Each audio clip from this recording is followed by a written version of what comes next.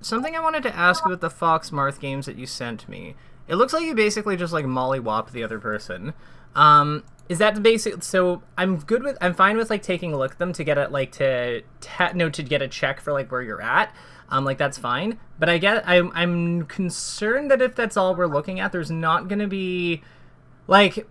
I'm wondering if like is this the like how do you foresee this time being productive, I guess? Like what is like your goal with this first session if we're going to be looking at some of these like big picture concepts like spacing and such, right?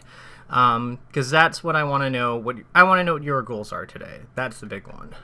Yeah, exactly. So, basically, what happened was I had a lesson with fiction recently, Mm-hmm. and we agreed that like I was playing like far too reactively, and like what I was to do is to go into a match with the only thought in my brain being see how they deal with my dash in. So I'll dash into their range, like into like the danger Mm-hmm. zone, dash back and note what they do. And then that will kind of set the pace for like the flow of the neutral on like who moves forward first and overshoots and stuff. And so this was the game, the Marathon Stadium game. That was the one where I felt like I was actually doing it decently. Um, Okay. and so yeah, I wanted just to watch that just to get a baseline for like if I'm doing it correctly. Um, Okay. so what do you think that would be valuable? I think it can. I think it can be. Generally, if I three stock somebody, I'm usually not like terribly concerned that like I'm doing like that like the thing I'm working on poorly. But like we can verify that. Like I just don't. I wouldn't spend too much time on it though. Like that's I guess Yeah, the one yeah, caveat I've had. yeah. I'm completely fine with flying through. I have a VOD where I get like completely destroyed by Marth, and it was in the same session. So I'll send that over too. Well, why don't we find one that's you know what I feel like we tend to gravitate towards extremes sometimes when we're like looking at our matches. Is there anyone that's a little bit more of a back and forth, like maybe like not like maybe like maybe like one stock low percent he wins or something like that? Because Yeah, I think the games where there's more of a back and forth, there's usually more to take from them. Because sometimes, like especially in friendlies, I don't know about you, but like I definitely shut off sometimes. Like when I'm just, when the game's clearly over, it's like 15 games in a session. Let's just like okay, whatever. Like we'll just on to the next one. But does that ever happen to you, or are you just like do you just like grind like do you just go like full focus all the way through? yeah, it's tough. Sometimes I try to enter flow state. Sometimes I think it's better for improvement if I'm like just focusing on one thing, maybe Hmm. two. Um, Gotcha. yeah, but it's actually very tough naturally, even if I like tried to flip the switch on to get into flow state. Yeah, no, that's reasonable. That's reasonable. Like I was playing a Marth player the other night too, and I was like working on some laser stuff, and then this Marth was like pretty good, so he just like kind of like this like he fucked me up the first 4 games. So then I just kind of was like, okay, I obviously because I noticed my defense was suffering because of like not being really locked in. So then I was like, okay, I obviously can't tech in place 8 trillion times versus this person. Let's just play normally, and yeah, so let's assess that like dash in. So what have we learned so far about how he reacts to dash in? Short hop nair. Mm-hmm. What's a good counter for short hop nair? B2, full hop nair, crouch cancel. Those both work. I don't like how they require us to go around the problem though. Um, what if we up smashed him? Deal. Right? Like, because if we like up smash him, like we could also like just like nair onto his nair, sort of like how Marth like swings diagonal, like his sword is slanted like downwards, right? So Yeah. there's also attacking like his head as he's coming down. What do you like? Because you don't necessarily need to like full hop to do that. You can definitely do that with short hop. It's just you have to go second. That's true. It's like Falcon nair almost. Yeah, exactly. Yeah, that's a good idea. You can kind of get in there a little bit more than you think against nair. Yeah, because it doesn't arc. It's a straight line. Right. So Mm-hmm. that way, if you're confident, you're not playing like a volatile mix-up. It's more that it's just easier to like whiff punish, really. Like the full hop requires us to go all the way up, all the way down. Short hopping still requires us to do that with this punish, but like we just have to get to the top of our jump and then we hit him. Yeah, that's good. Yeah, it's good to think about it that way, like from the top of the jump. That makes a lot of sense. Mm-hmm. Your fox is really good. Like I like what you're doing. There's a few things. So like, we'll watch it. We'll look at the game. I think this will probably come up in the game that's like closer. So we'll focus on it there. But one thing I'm curious about, as I'm watching this, how are you planning on killing him with some of your combos? Like that one was well planned, but like there was like a nair sequence where it was like nair fair nair or something, and I was curious what the. Actually, we'll go back and look at it real quick. Yeah, I know the one that you're talking about. It ends with like edge cancel nair on the left platform. Yeah, so I'm just curious, like, because to me this was such a well done sequence. Like, it's coming up here now, I think.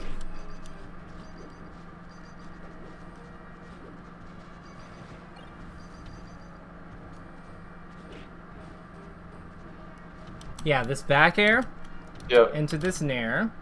So, like, what's the plan? Like, when you hit him there, what is the plan? What's the plan with this nair? So you're saying, like, once he's going up to the platform, like, what's the next step? Yeah.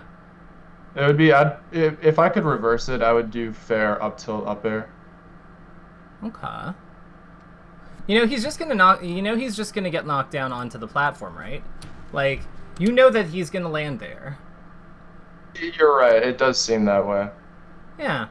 So you know what's actually tricky is like the natural instinct here is to full hop falling up air the tech in place, but the problem is that wouldn't kill him, right? I mean, if you re-grab him and react when he techs to either side of the platform, then the up throw up air will kill.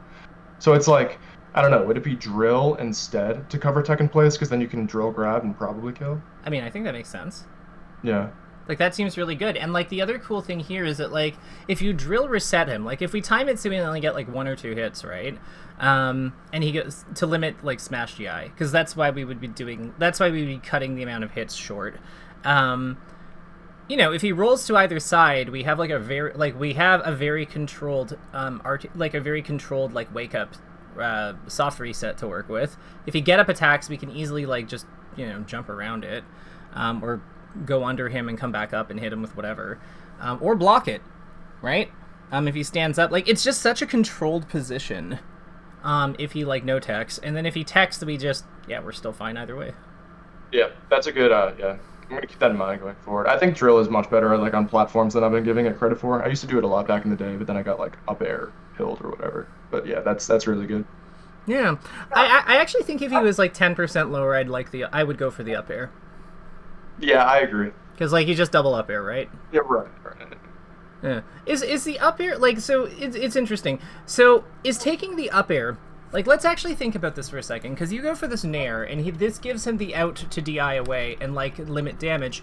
But one thing I'm curious about is, like, if we just take the up air here and knock him to, like, high into the sky, but don't directly kill him right away, is that better? Yeah, I mean, we really have the same odds of hitting him anyways, right? Well, do we? Who is Marth better at defending against? Which is Marth better at defending against? Where is Marth better at defending from? Like the space in front of him. Right. So if we're like knocking him way up here, and compared to over here, like I feel like this is better for us. Yeah. No, I completely agree. Yeah, it's interesting, right? Because you're probably doing this nair thinking. To be clear, this nair is not bad.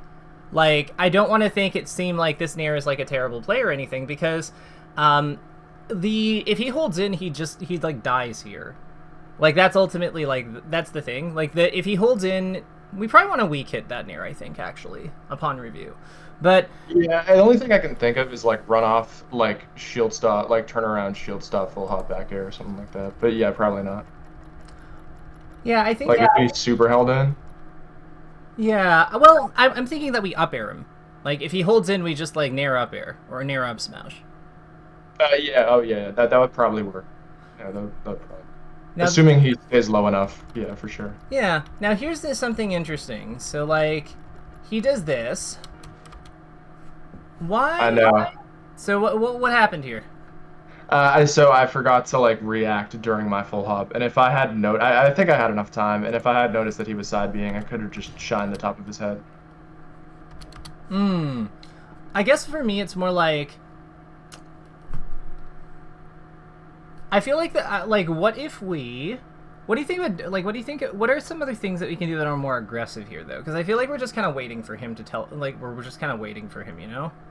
When he has a double, because he does have a double jump, right? He does. I mean, you know, the gut instinct is to do like the whole like, you know, bear like as close to the edge of the stage as possible, like short hop bear to catch like the double jump fair or something. But like that really doesn't seem aggressive enough. I mean, what if he dashed? I don't think. What if what like I think we're trying too hard to hit him. Yeah, you're right. Yeah, don't just agree with me. Tell me why. Yeah, it's like if you have like a natural instinct to hit someone, it's like if you just want to hit someone so badly, but you're not like. Oh no! It has nothing to do with that. It's that this isn't it. Okay, so you know how you know how I asked you to define whiff punishing, undershooting, and overshooting, right? So would you be willing to agree with the premise that the three of them kind of exist in an unequal but still somewhat consistent rock paper scissors relationship? Yeah. Cool. And like undershooting, like this side B, which is clearly meant to protect his space, is you know, characters can be better at one part of that triangle than other characters. And I would argue that Marth's undershoots, like that side B, which is protecting his space, are probably better than Fox's undershoots in terms of like their capacity to win fights. You know, in terms of how they like handle like attack versus attack interactions. Is that all very reasonable? Okay. Okay, cool. So he's highly incentivized to do like. So my point is that he's highly incentivized right now to use his best thing in this spot to defend himself, and he can't really do whiff punishing all that effectively because he's in disadvantaged state. Because the whole idea with whiff punishing, which is the other solution to undershooting if your undershoots don't win, like if your undershoots don't beat the opponent's undershoots, then usually when you're in a fight where like you're both kind of like fairly stationary, or like you're both kind of like like you're not really like pushing on each other's space, so to speak, you're just kind of like attacking at each other, like maybe where they are, or like slightly in front of you or something like that. Like if you don't win that exchange, usually your solution is to use whiff punishing, like move, then like counter hit. He can't really do that effectively though, because he's off stage. So he like, do you see what I'm getting at? I do.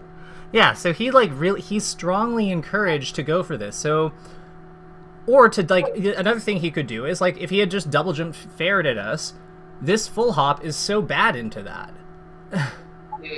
Yeah, agreed. Because he just comes forward and hits us. So my thinking is like, you know, it's very reasonable. Like the other thing he might do is he might try to go for the edge. What is something we can do that counters him attacking us here, doing this, or going down? There's no way it's full hop nair, right? Oh God, no! No, we don't want to jump. Yeah. It has the same problem, right? Like he's still like the sword starts here. So if we full hop nair onto him, like he still can win just by like doing this, or we might just like fall on his hitbox here on the side B. But to cover all three, a single option that would cover all three? Yeah.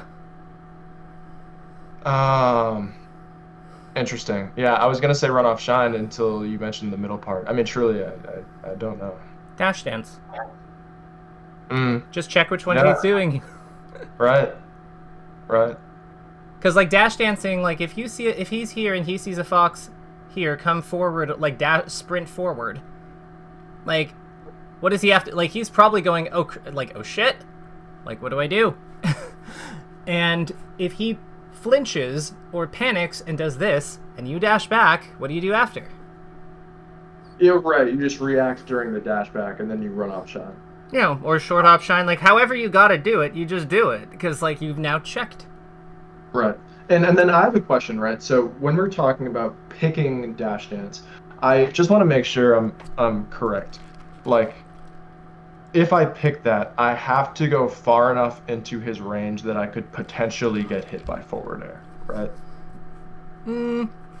Well, let's back this up a bit because you just asked a very good question. So let's say that you're here, right? Let's say instead of going here, you like back up a little bit and then dash forward. Like you start dash dancing kind of in this area, right? Like from the black part here to the end of the stage. So my thing here is if he comes forward with like, let's say, like how does he have to do the forward air in order to hit you with it? Because he can't just like fall in fair. He would have to do what to hit you with fair? He'd have to double. Right. So, and double jumps move him up and move him up. I don't think that's terribly controversial. But what happens when he moves? Like, where does Marth's hitbox come out? When he does double jump fair? Yeah. I would say about to like right like the city in the background. You see like the white light thing? Yeah. Like it would be like starting there and then coming down to probably like where Fox's like I don't know left hand is or his tail. Yeah, so like there's kind of like it's kind of above and in front. So I would actually say that his forward air, like if he that's like where Marth's hitbox is going to come out because it kind of comes out as an arc. So I'm thinking it starts here, like that, and comes down like that, where he currently is. So if he double jumps, it's probably going to come up like around here, unless he delays it or something. So what I'm saying here is like because he's like he can't bring his hitbox down conveniently until he reaches the peak of his jump. So then he has to get to the max to the peak of his jump and then start falling before he can actually like bring this curve downwards. Do you see what I mean? Yeah, agreed. So then for you who's on stage, all you do is you just stay underneath, you stay out of this area. So you're operating within like this spacing, you just make sure you're on this side of the black line when he comes up. So I just want to make sure that like by being in that space like under the curve, that I could potentially get hit by short hop fair if I dashed into that zone. If you did, you could probably get your head clipped or something. If you went too far if you went way too far forward, but again, you get to see his motion as it's happening. So you're reacting to his motion as he's doing it. Because he's traveling from here all the way to here. So it's not like it's unreactable. No. It's you are making sure that you're not able to be hit by the unreactable versions of the move, if that makes sense. Because the other thing here is like if he delays it by falling, this space changes and pulls away. Do you see what I mean? Yeah. Right. So we're just making sure we can't get hit by the fast timings. Because if he waits too long, i.e. falls away from the stage, it doesn't matter. And if he jumps up and like tries to delay the fair once he's up there, it also doesn't matter because yeah, this is what I affectionately call order of operations, because it's basically like we're addressing the things that happen first and then kind of reacting to the things that happen after. So we're structuring our movement around beating the immediate thing. And if the immediate thing happens, cool, react and kill him. And if the non-immediate thing happens, it's like, okay, well, this is where in this case, it would be, okay, cool, react and kill him. But, depending on the move, there might be additional steps. This is a mercifully fairly controlled position. So from here, like, we get into one way or another, we are in this range where we could get hit by, like, the early. So it would just be like kind of a baby dash back and like react during the dash back. I mean, Marth is pretty buoyant. I'm not so what I'm saying is we are putting ourselves into a spot where we are within reach of the fair and then leaving before he can actually hit us. Oh yeah, okay, yeah, fantastic. Yeah. I just wanted to make sure that like this was a spot where you had to be in the range to begin with. Nah, because the whole point is that we're doing the dash just to see, like, we're doing the dash just to assess the situation and to, like, cue to him that we might be threatening him. Yeah. Right. Yeah. Does that make more sense? Yeah, it does. 100%. Right, because if he does this side B, and, like, the other thing here is, like, the nice thing about this dash dance is that if he does this side B, we can just, like, dash dance and then short hop and shine him and, like, he's dead.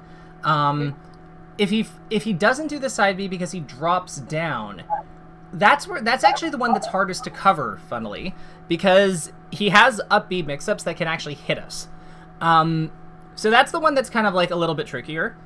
The nice thing, he also has the double jump sweet spot available, but, like, again, we can hit him while he's coming up with that. Like, if he drops down and goes here, then he has, like, if he attacks, then he can't really grab the edge a lot of cases, or we can punish the attack lag if we bait it.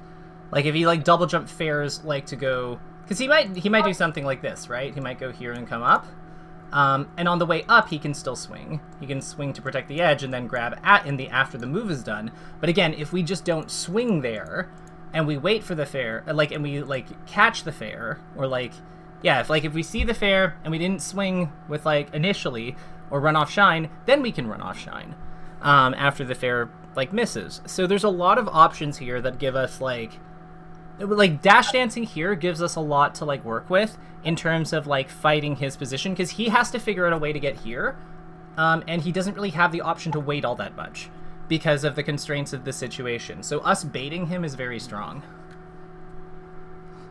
Yeah, I agree. And it's like, if he goes low, he has a variety of mix-ups available, so that's, like, kind of like another thing. But it's like we're putting ourselves at no risk in covering, like, a wide array of options. Yeah, we're like, it's like, instead of hard covering one thing, we're, like, applying light to moderate coverage on most things, while also hard covering, like, one or two things. Agreed. Yeah, so it's like, it's very, very it's a very versatile way to, like, go about business. That was well done. That drill is actually, like, exactly what I mean. Like, that drill is, like, a really good example. Something cool about drill, by the way, this is just kind of a trivia thing. Do you know how soft resets work? Like, when you have, like, the get-up attack and, like, the rolls and stuff. Yeah. Well, I know that if you hold both sticks up, you smash TI, the drill. And then I would imagine that would be the same for soft jab resets. My understanding is that, like, you can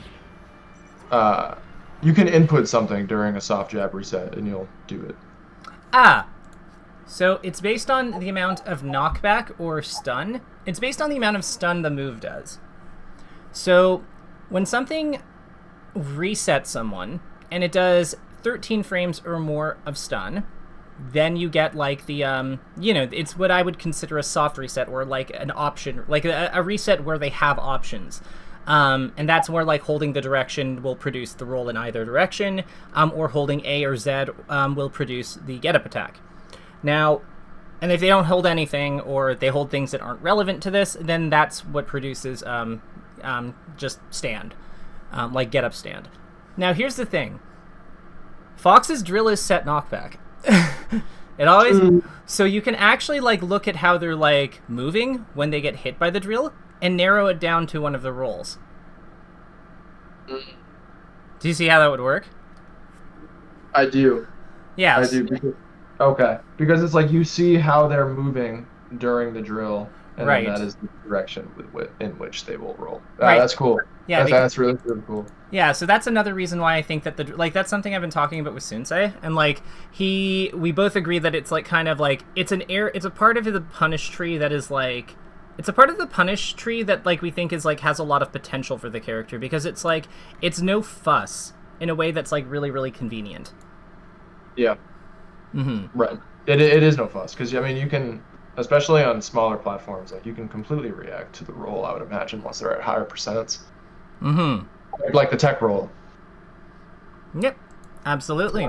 So no, that's good. I'm glad that, like, it's clear that you're, like, picking up kind of what I'm putting down. Let me just now grab that that next match, and, like, let's dig into the kind of meat of things. Something I wanted to ask you a little openly Oh wait, this is a Falco. Which is the Marth match you wanted us to look at, or? Yeah, the Marth match that I sent you is the most recent one. Oh, I see, I see. So Yeah, yeah, 103. yeah. Yeah, got it. Did I download that? I probably downloaded that. 1-4. Cool. But yes, you had the question. Oh, I was gonna. Now I've forgotten it. It will come back. If it is important, it will come back. Yeah.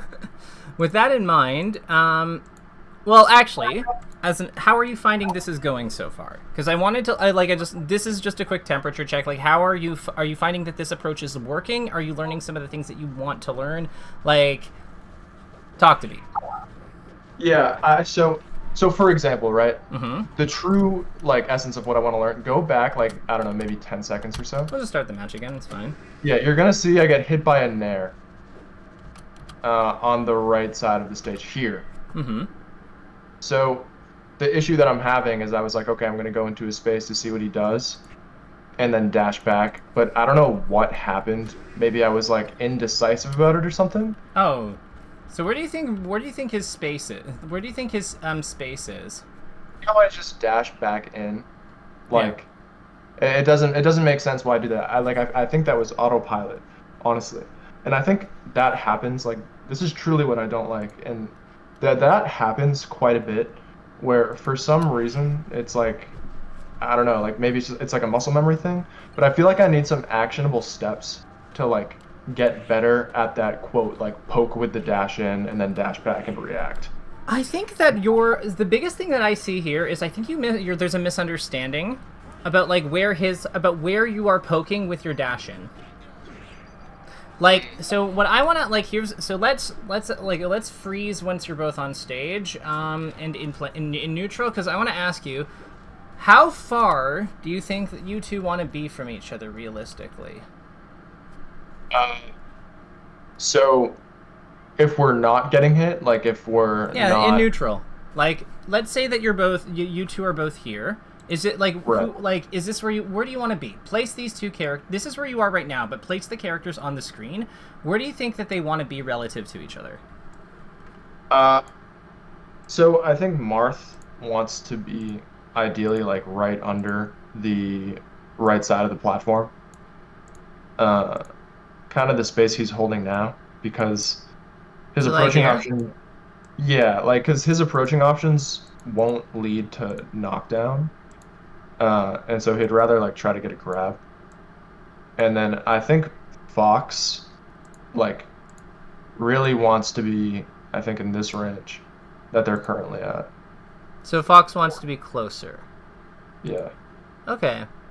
So let's figure out some things about effective range. So let's say Marth is standing here.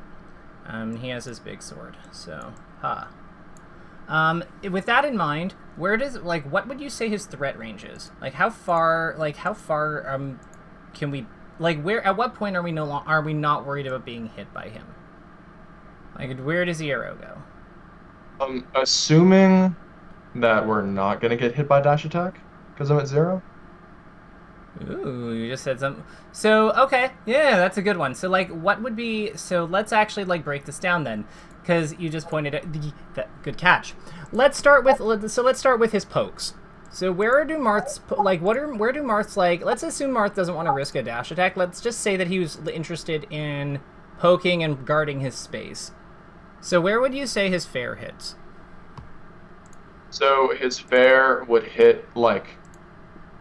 that bulb that's above pachyderm, the one that your cursor was on right now, it would hit that, and then it would go down kind of in a range like right around the back of pachyderm's butt, and then like probably a little more, and then that's probably give or take his fair range. Okay, perfect. I love it. And that's where you like, and that I think makes a lot of sense where you are relative to him in this. Like I actually think you want to be where you are when he's here. Like this is kind of your neutral position. Because if we then add let's add some other moves to this. Let's throw in down tilt for funsies. Because down tilt's probably about here, right? Yeah. Cool. You know what's interesting though is that like I always feel like the hitboxes are like just a little bit bigger than they actually are. Like I would think that like this down tilt would hit like right in the middle of the auto cancel rings. Probably because there's like residual momentum and stuff on a lot of actions. Like that would be my guess. Yeah, But okay, that makes sense.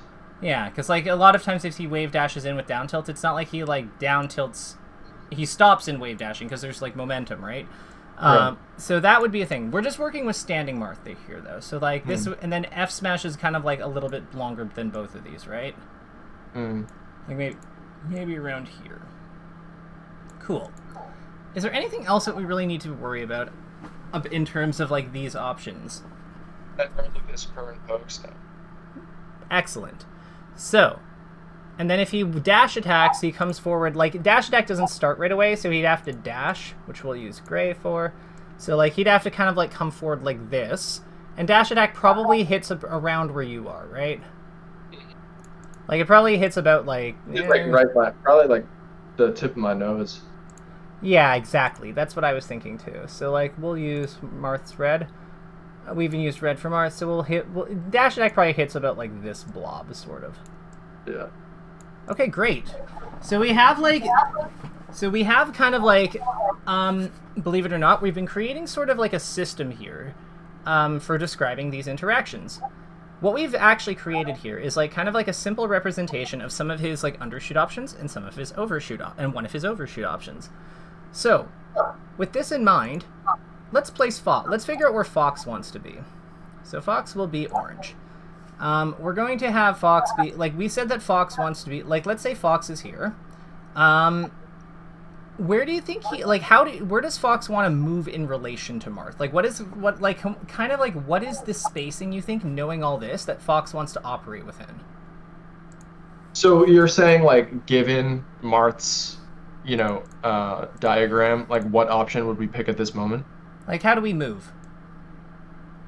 How could we move? Yeah. Well, No. so the ideal thing that I would pick is I would pick a full hop. Why full hop? Because, so if you do a reactive full hop, you can react, like, if they fair, you're safe. And if they do it, like, after you jump, you can pressure their landing. And then if they dash attack and, like, you're reactively full hopping over it, then you can punish them. And then if they do the fair and it's, like, too far away or they dash back, it would just end up in a stalemate. Okay. So we're kind of, like, grazing the edge of, like, this area, basically. And kind of, like, working around it. Yeah. What if we did that with our ground movement? Yeah, are you saying dash back? Past, like, out of... Oh, well, I think, like... Oh, hell either, no. like, I'm saying we go forward. Yeah. Well, I mean, if we were to both use aerials in the same frame, like, if Marth was to immediately say, hiya, forward air, and Fox was to immediately send a nair, then the nair would hit. And that's, like, nair up till at 25, which is, like, insane. And if you put it at a range, like, kind of right between Marth and Pachyderm, like, if he dashes back, like, you'll be able to get out of the way before he punishes you. Oh, I know all that. But we also have been hit by Nair like 4 times now. This is true. So, like, I think that this is what the point I'm getting at. See, our you're focusing very heavily on what you want to hit, and that's all well and good. It is important that we get the key moves at the key percents. That's, like, a big component of winning. At the same time, look at how, like, close you're playing these spacings. Like, when you go forward, like, when you're operating within him, like, do you see what I mean? Like, you're basically going right into his space. You're not really, like, teasing his space. You're just going directly into it. Yeah, agreed. So, like, what do you think we could be doing differently? I mean, it would just be, like, dashing back, like, out of dash dance, like, at just a more teasing range. Yeah, because, like, I wouldn't be able to tell you why this is happening. Well, I mean, I think really the answer is pretty simple. We're playing too close to him. Like, you're getting too close to him in, like, before you've actually won the exchange. Agreed. Like, you see what I mean? Like, with this dash dance, like, we're so, like, you're attacking all the way, like, you're kind of going into his zone and then sitting there and then, like, attacking. Like, that was well done. You see the difference between the dash dances, right? Like, let's go back on, let's compare these for a second. So, like, let's look at, like, what this one looks like, what these look like. Okay, so then this is, like, now look at this one. Yeah.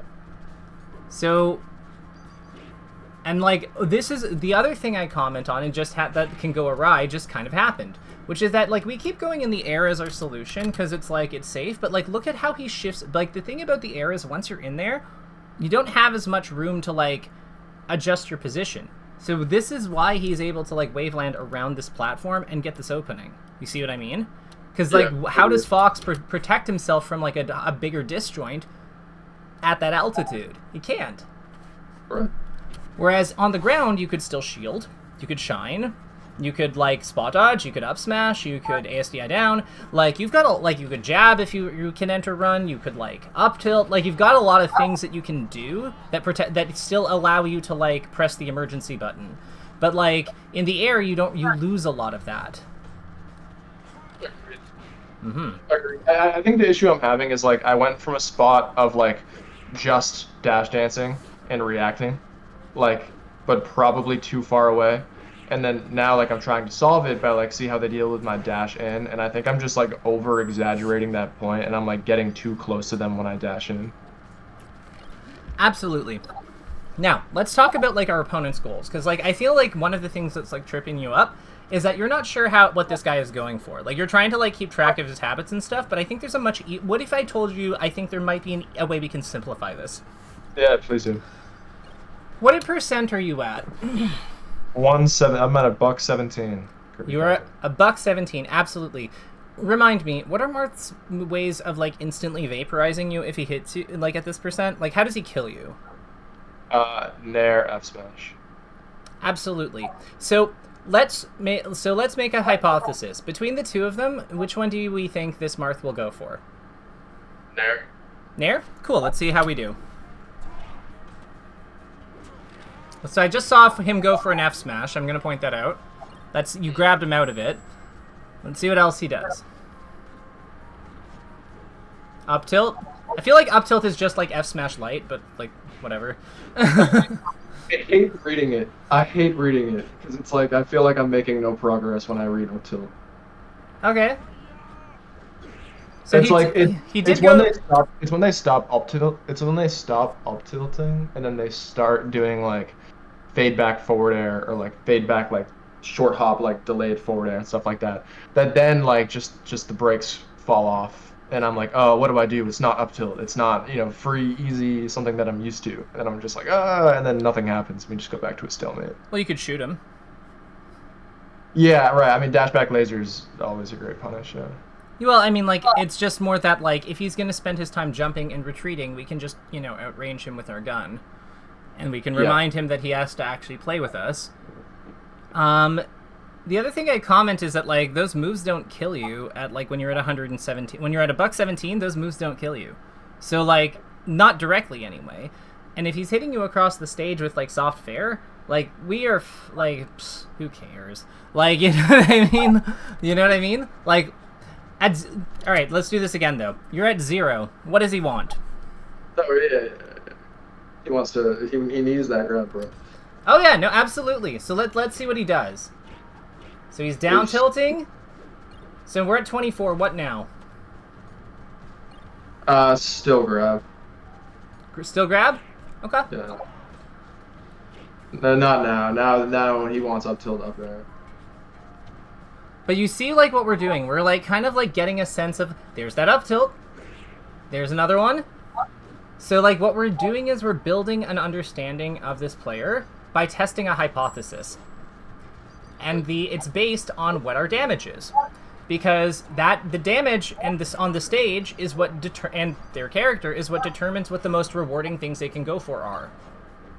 So, like, the most rewarding, consistent, powerful, whatever you want to call it, whatever metric we think this player values, that is, like, the game state is going to tell us what the most powerful or, like, effective things are, and then we're just seeing which ones they gravitate towards. And if we're totally wrong, because they do like something really weird, like if he was looking for like friggin' side B or down smash here or something, that is a clue as to what this player values.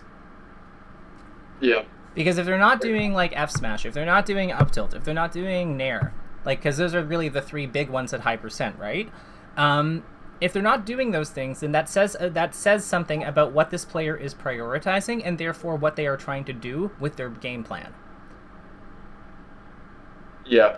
I think, like, I need to make that more of an automatic thing because it's like I'll be trying to use all my brain power to like take mental notes of like someone's kind of vibe, what they like to do, and it sometimes it just kind of falls apart, and I'm not exactly sure how to like really hone that skill aside from like just playing. How would you like to do? How do you feel about playing some games with me? With me in your ear. That sounds fantastic. Just give me a moment to boot up Slippy. Amazing. So I'm gonna soft reset mine, so like the fact that I was an Uncle Punch doesn't like mess with the shares game with the share. And then I'm gonna stop streaming and give you my spectator code. So here's the thing.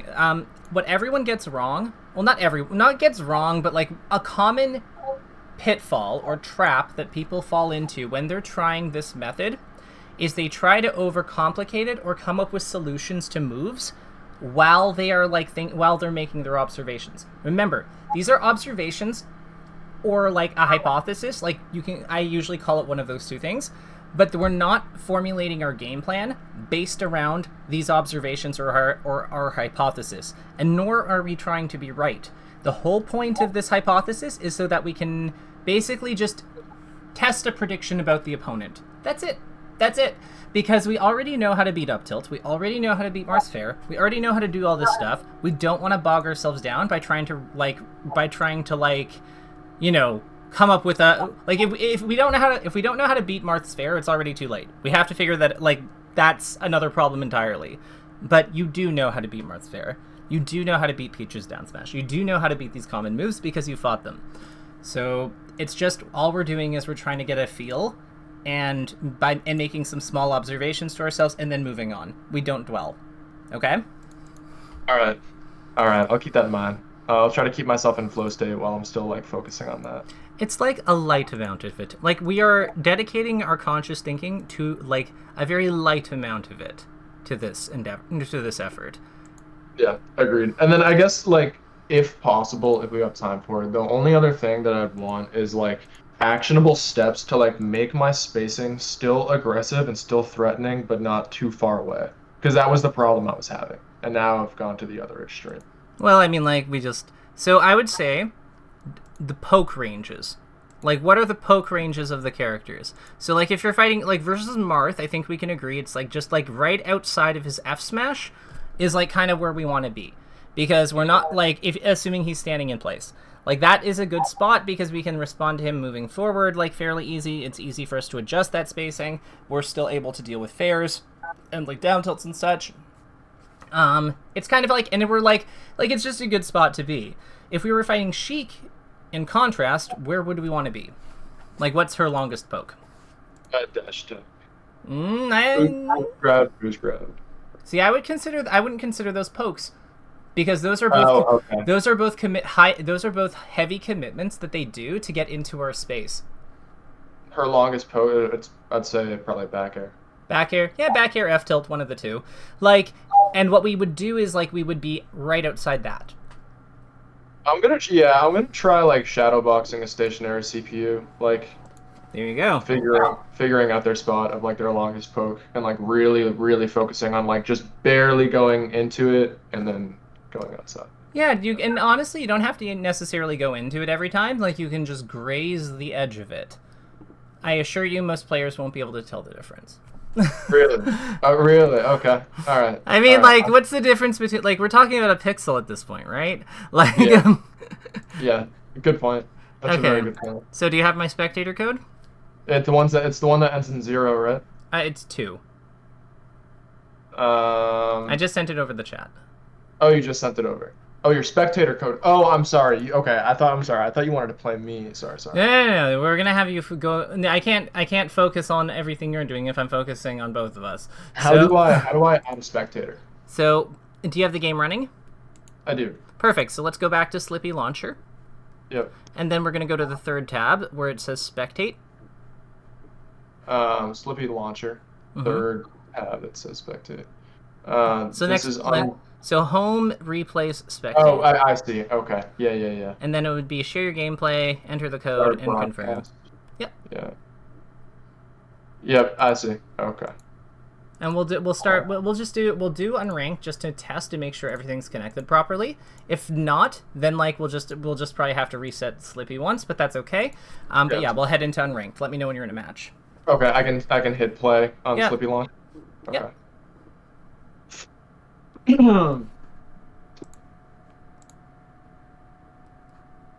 Shadowboxing is absolutely a strongly recommended way of tackling this though, especially versus like characters who fight in a fairly fixed position. That would be where I'd recommend you get started. Like for Marth, Sheik, Falcon to some degree, excellent way to get into Jigglypuff. Peach, excellent way to get started. Peach, because she's slow, you can use dash attack as like her longest poke, because she just kind of because of her health bar, like she just doesn't take as much damage. They tend to be a little bit more liberal with that move than like other characters with their lunges. So it works out well, like it works out in practice to do it that way. Versus more movement heavy characters like Luigi, Fox, etc. That one you want to factor in their movement limitations into like their movement strengths or limitations into it a little more. And if you have questions about that, about how that would work, yeah, we can go over that. But we can we'll have plenty of lessons on that too. Okay, cool. Also, other thing is like I can't talk when I play. Cool. I don't actually see what's going on, so that makes me. I'm playing someone right now. Okay. So you're not? No, I am playing someone right now. So that means, yeah, it probably just means it's not connected properly. Were you in Uncle Punch before starting? No. Okay, so that's probably let's just like cancel the broadcast and like just redo it. I'm gonna just soft reset and yeah. I'm just gonna exit Slippy Launcher everything and then just redo it. Sounds good. I'll just like soft reset on my end, and hopefully we have more luck this time. Yeah. Is it still gonna be the same broadcasting code? Yep. I think those are tied to our like accounts, so they don't change. Yeah, like even when I change my display name and stuff, it still stays the same. Start broadcast, and now I can just click play and just go. And okay. And it says no users are broadcasting. Did you hit confirm? I did. It's not showing up. Okay, so you don't even see my menu? It won't, like, head back to Slippy Launcher, and it'll probably say error or something. Like, what, is it saying you're broadcasting or no? Yeah. Okay, I'm just gonna close mine and relaunch. Alright, wait, hold on. Do you see anything now? I'm just gonna relaunch Slippy Launcher, because I think that it's on my end. Yeah, Slippy's not even coming up on my end now. So what is going on here? Give me 1 second. Yeah. I don't have it. Let me see. Processes. Yeah, like what is? Yeah. Okay. Cool. So there's two of them in the in friggin' end task. Okay. Cool. Okay. So do you see my CSS? I won't be able to see the CSS. I only see like the match itself. Okay. Yeah. But I do see that you're broadcasting, so yeah, we can search. Cool. And let me know when you're in a game. Alright, I'm in a game. Okay, so it's not coming. Oh wait, no, I can. You're fighting a Peach. Cool. So we're cooking. So you're at 14. What does she want? That seems like a pretty reasonable thing for a Peach. And she did go for it. But now you're at 26. What do you think? Still down flash, maybe dash. Yeah. So something I want to point out, they are going for these moves. Like that F tilt with definitely a dash attack. But because you're defending against them, they're not hitting them, so they have to hit you with other stuff. So even though you're getting hit by their stuff, that's still okay. Again, this isn't like we're trying to get a sense for what things they're playing for, but part of that will involve doing other moves sometimes.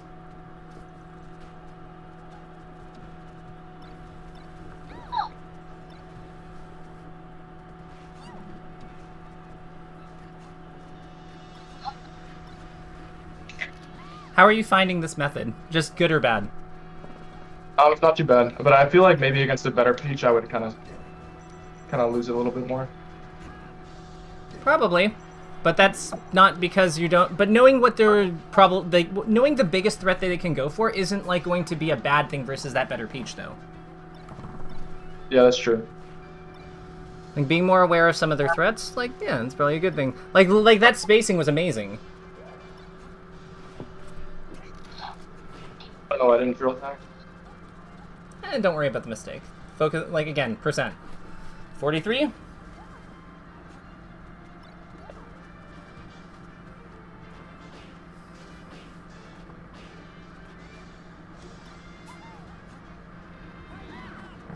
That was an amazing recovery. Like, going under the turnip was really smart there. Mm.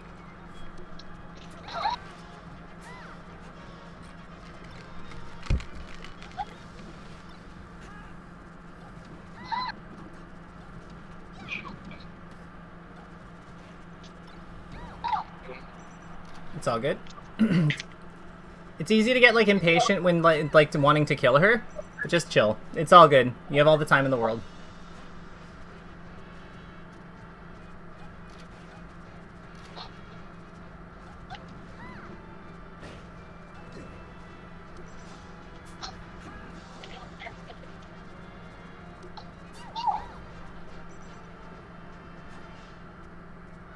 No need to rush. You can take.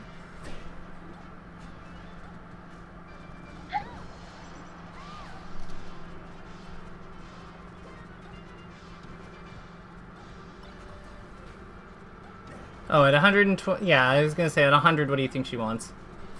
Yeah, Nair. Yeah, just like in air, back air, just like a big aerial, really. I hate missing that Nair.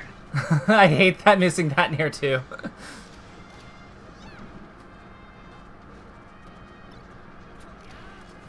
Goodbye, Peach. Yeah.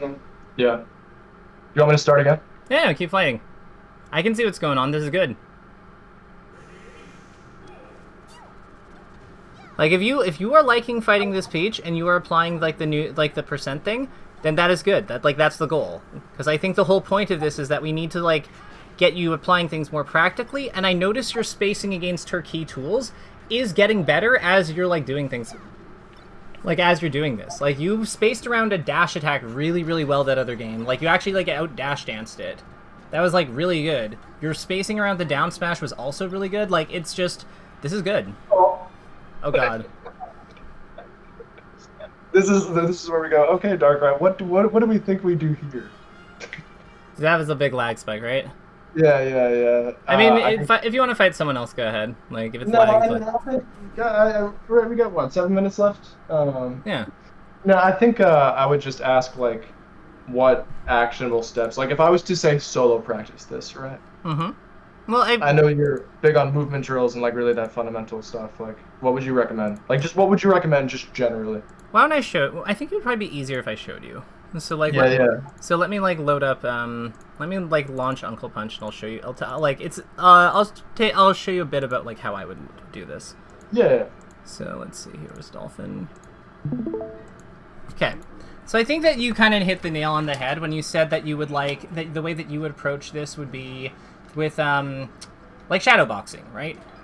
Yeah. So I like Pokemon Stadium because of the lines on the floor. It makes it really easy to like control where the opponent is like precisely. So we're gonna put Marth right here because he's behind the Pokel. I'm sorry, I can't see. I don't see that you're streaming anything. Maybe it's me. You're confirmed streaming, right? Yeah. So go click our names in Discord. All right. Click KirbyKaze. Yeah, or like where it's like where we have like my display picture, I guess, in the thing. In the sharing window, like in the top left. So when I click that, it just says like KirbyKaze add friend. Sorry, like, are you in our, like, where are you right now? Are you in, like, our chat, or? I am. So, okay, let me show you. Oh, sorry. Yeah, I got it. Okay, cool. I'm getting old, KK. No, it's all good. So, like, so what I would do here is, like, I would probably start by, like, making, like, a basic-ass save state with Marth. Like, it doesn't have to be, like, a fancy one, but, like, we know that we're, like, going to be outside of, like, this zone, more or less, and we can loop the input playback and make him intangible so we don't, like... So you see, the reason we're doing this is, like, you see how we can practice getting, like, really close to it? And if we mess up and, like, get hit by it or something, we can always, like, just relaunch it. But, like, this is kind of like how I would get started with it. Because you can just, like, practice, like, working around this space and getting close to it, right? You can also then do things like, you can have him say, oh, I don't know. You can also have him do stuff like this. Or you could have him do stuff like this. And... Yeah, that's beautiful. And, like, you know, like, it's not perfect, because, like, you will, like, hit him, right? So he'll hit you out of it, but, like, you can see yourself, like, can make contact. You can also, like, just not, like, maybe attack him, like, because it's more about the movement, right? Yeah, and so it seems like you have to go, like, am I wrong in thinking that, like, you have to go into his possible range to actually hit him? Or do you think that you can stay fully outside it and just react? You know what I mean?